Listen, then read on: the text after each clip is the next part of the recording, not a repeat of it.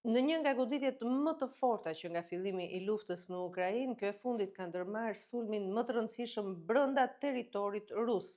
Janë goditur bazat ajrore të Kremlinit, duke shkaktuar një pasiguri dhe natyrisht duke çekuilibruar deri tani një balancë të vendosur për sa i përket epërsisë ushtarake në territor.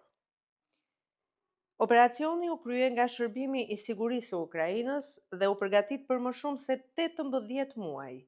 117 dronë të avancuar, të pajisur me inteligjencë artificiale, u futën fshehurazi në territorin rus përmes kontenierëve të vendosur mbi kamion që imitonin shtëpi të lëvizshme.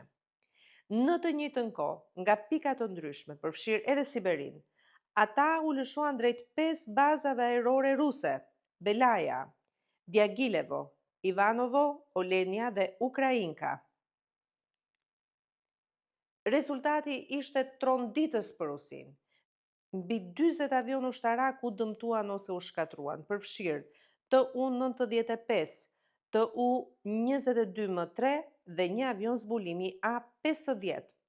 Humbjet kapin vlerën e mbi 7 miliard dollarëve dhe përfaqësojnë 1/3 e kapacitetit strategjik ajror të Rusisë. Ndërkohë në Stamboll kanë vazhduar bisedimet për paqen, por në fakt bisedime ku delegacionet janë të nivelit lartë, por nuk është arritur asgjë, përveç se një shkëmbimi të mëtejshëm të burgosurve, ndërsa për sa i përket armëpushimit nuk është rënë dakord, ndonse Ukraina pretendonte një armëpushim 30 ditor, gjë që nuk është pranuar nga Moska.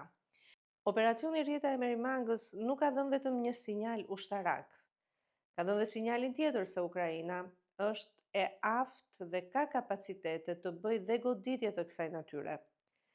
Lufta nuk është ndërprerë, lufta vazhdon, por balanca e frikës ka ndryshuar.